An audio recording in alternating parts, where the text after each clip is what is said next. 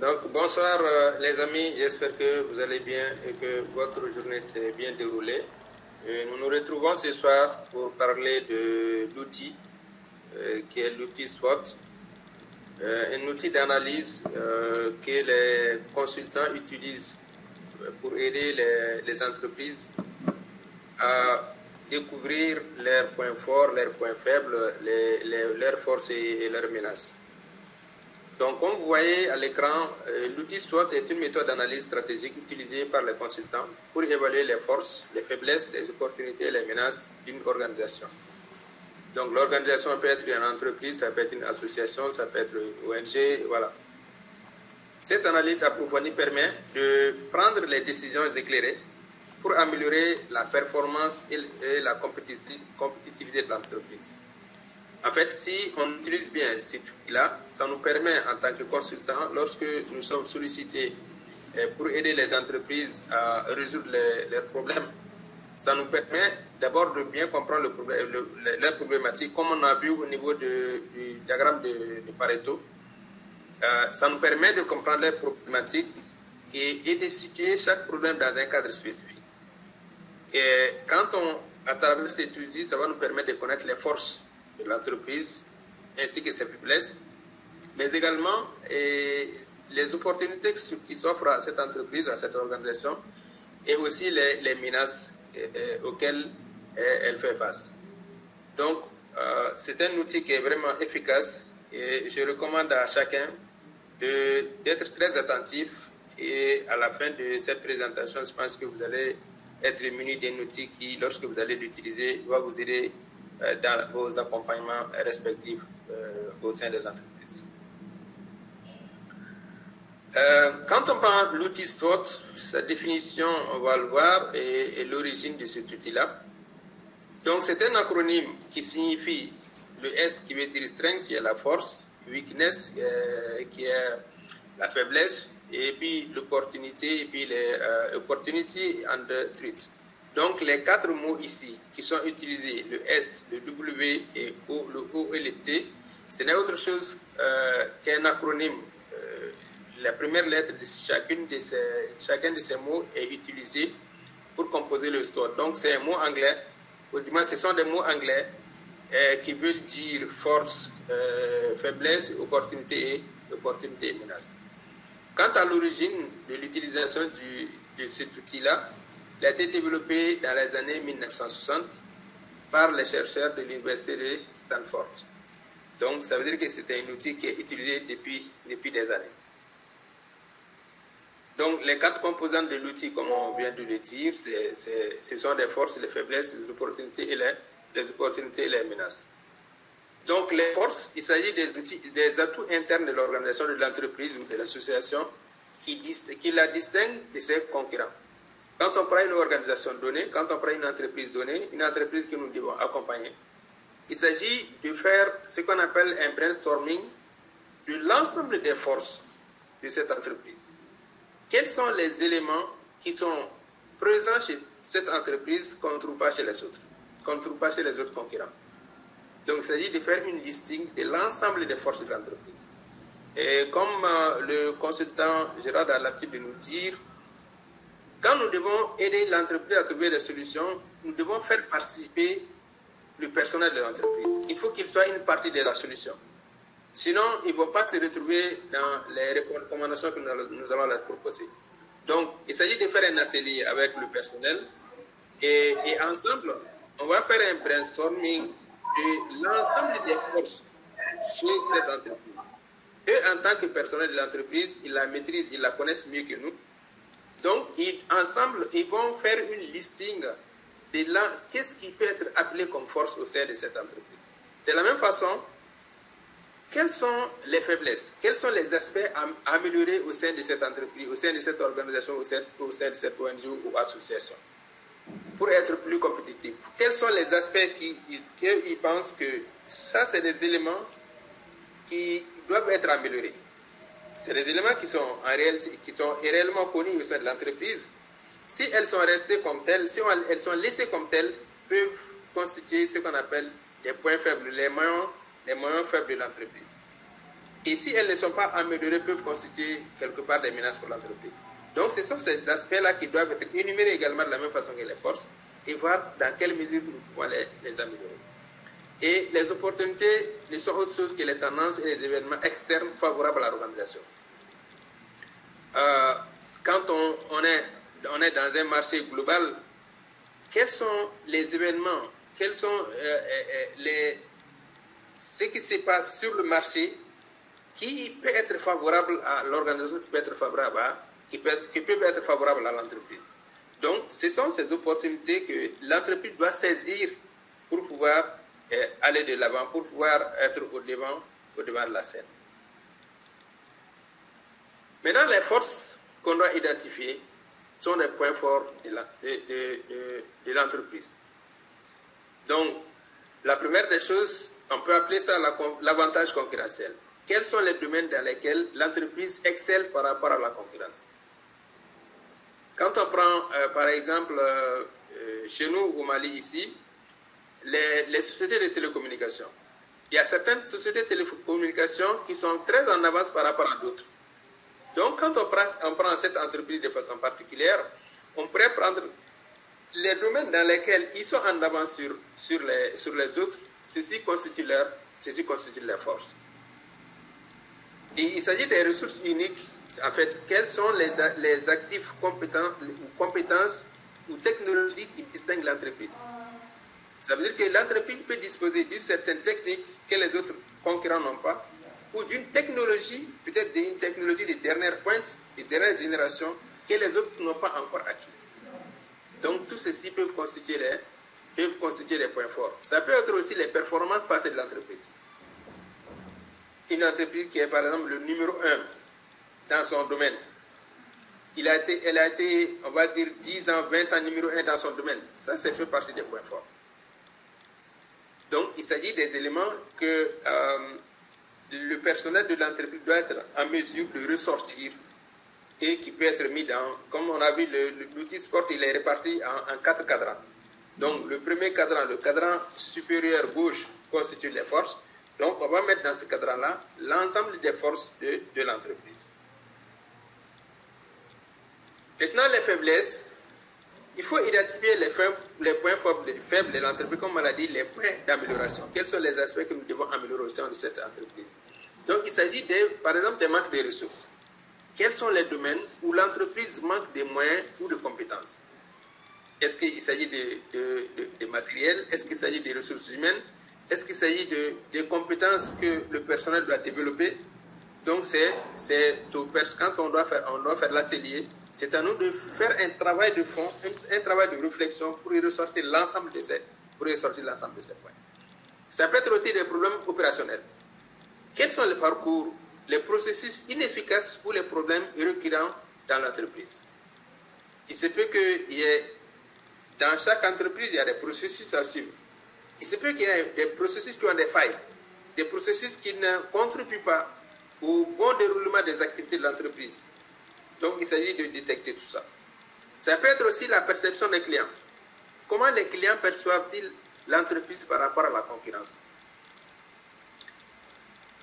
On est dans un marché où la concurrence est très rude et la concurrence ne pardonne pas. Et les clients sont toujours tentés d'aller vers l'entreprise qui les sert le plus. Le service client. Est-ce que dans cette entreprise, dans l'entreprise dans laquelle nous allons travailler, est-ce qu'elle a une compétence dans le service client? Est-ce que les clients sont satisfaits du service rendu par l'entreprise?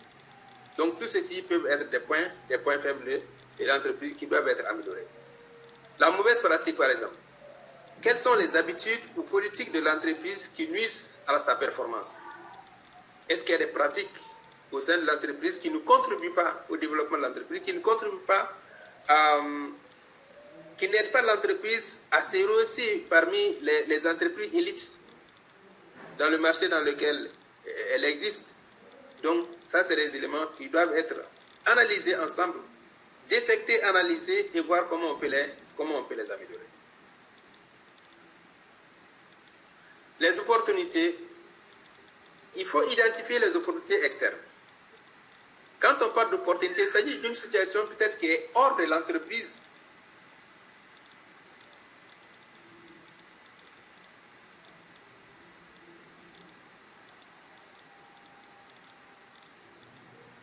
technologie ou la réglementation qui pourrait bénéficier à l'entreprise.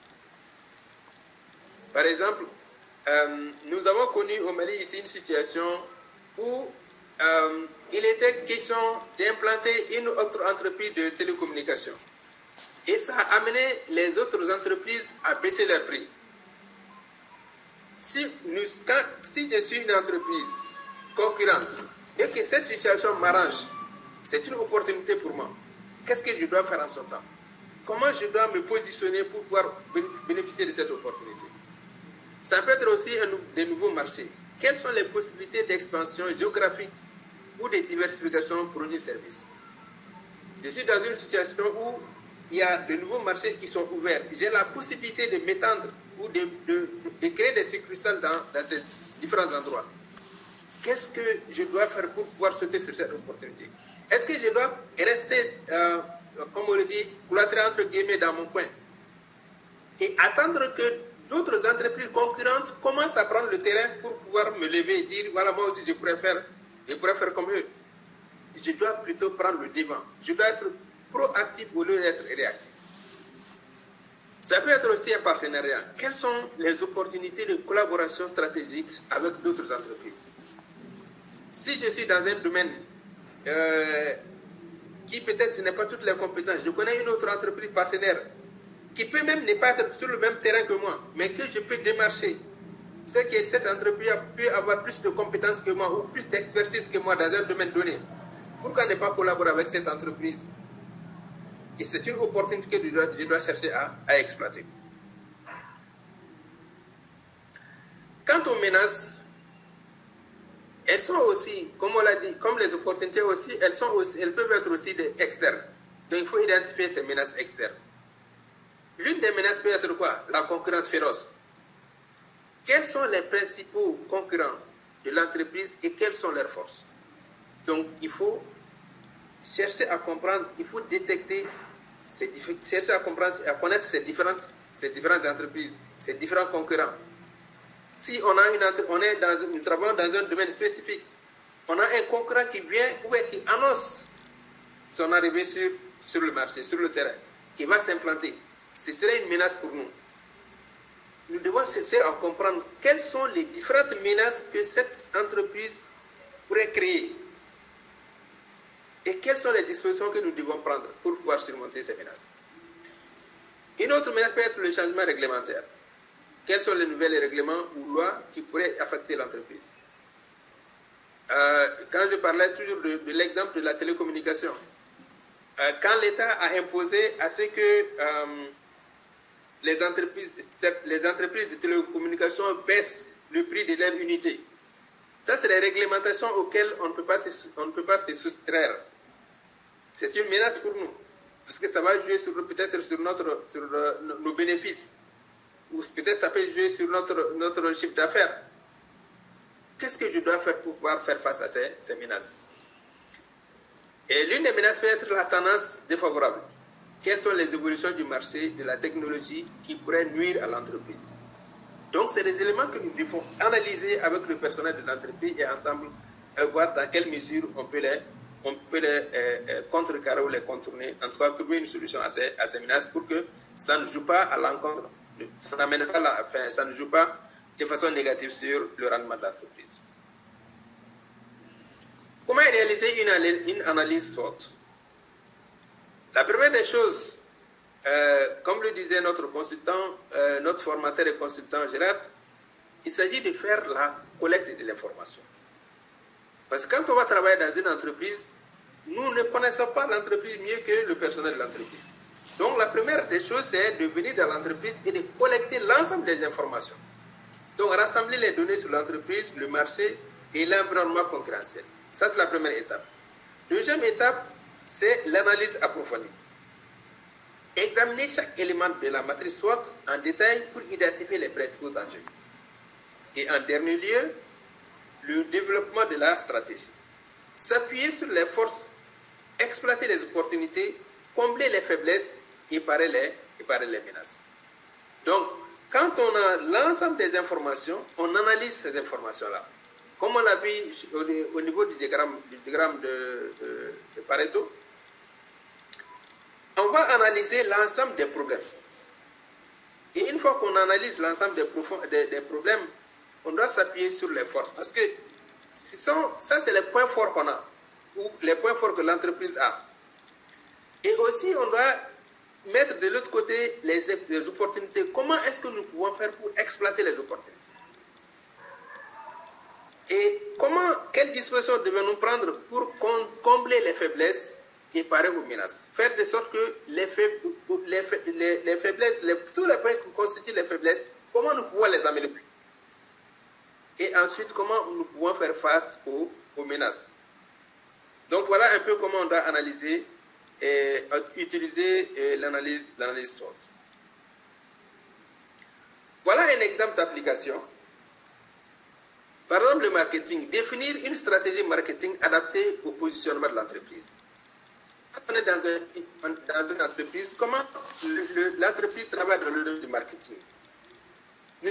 L'entreprise, si sa stratégie marketing n'est pas bien adaptée aux réalités du terrain, aux réalités du marché, nous devons travailler pour pouvoir améliorer cette stratégie marketing et adapter cela au positionnement de l'entreprise sur le marché. Un autre exemple, c'est le développement des produits. Identifier les opportunités d'innovation et les risques liés à un nouveau produit. Si on a une opportunité. Si on a une opportunité qu'on doit exploiter, on doit peut-être créer de nouveaux produits. Nous devons voir comment développer ces produits-là. Quelles sont d'abord les opportunités que nous avons et comment nous devons développer les produits pour que ces produits nous aident à mieux exploiter cette opportunité. Et aussi réfléchir sur les risques éventuels liés à la création de ce nouveau produit. Un autre exemple, c'est la planification stratégique. Orienter la réflexion stratégique et guider les décisions de l'investissement.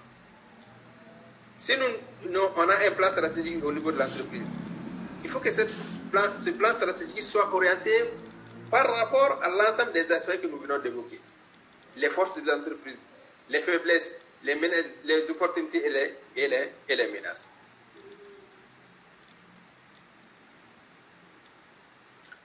En conclusion, nous allons parler des bénéfices de l'outil SWOT pour les consultants. 1. Ça nous aide à avoir une compréhension approfondie. L'analyse SWOT permet d'avoir une vision globale et structurée de la situation de l'entreprise. C'est comme ça nous donne une carte routière. Quand on utilise l'outil SWOT, on a une idée générale, une idée détaillée de tout ce qui constitue les forces de l'entreprise. Premier élément. Et ça aide le consultant à la prise de décision. Parce que la décision que le consultant va prendre ne sera pas une décision basée sur du vide. C'est basé sur des éléments concrets. Des éléments d'ailleurs qui ont été analysés ensemble avec le personnel de l'entreprise. Donc cela va aider le consultant à pouvoir élaborer des recommandations stratégiques pertinentes qui s'adaptent aux réalités de l'entreprise. Et ça peut aider aussi le consultant à avoir une valeur ajoutée. C'est quoi? Cet outil est très apprécié par les clients pour sa capacité à identifier les enjeux clés. Donc, le fait que le consultant utilise cet outil-là, ça va constituer une valeur ajoutée à sa prestation. Donc, voilà un peu de façon résumée les éléments que j'ai trouvés pour l'utilisation de l'outil SWOT. Peut-être que les autres collègues pourront aussi ajouter leur expérience là-dessus. Et éventuellement, le formateur et le consultant Gérard pourrait compléter. En tout cas, merci beaucoup pour votre attention. Je vous passe la parole.